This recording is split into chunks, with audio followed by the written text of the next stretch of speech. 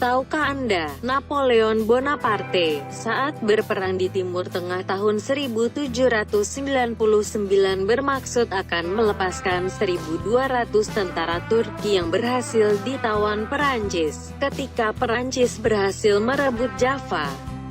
Saat itu Napoleon sedang terserang influenza. Saat menginspeksi pasukan, Napoleon terserang batuk berat. Ia mengatakan, "Massacre tous, batuk sialan."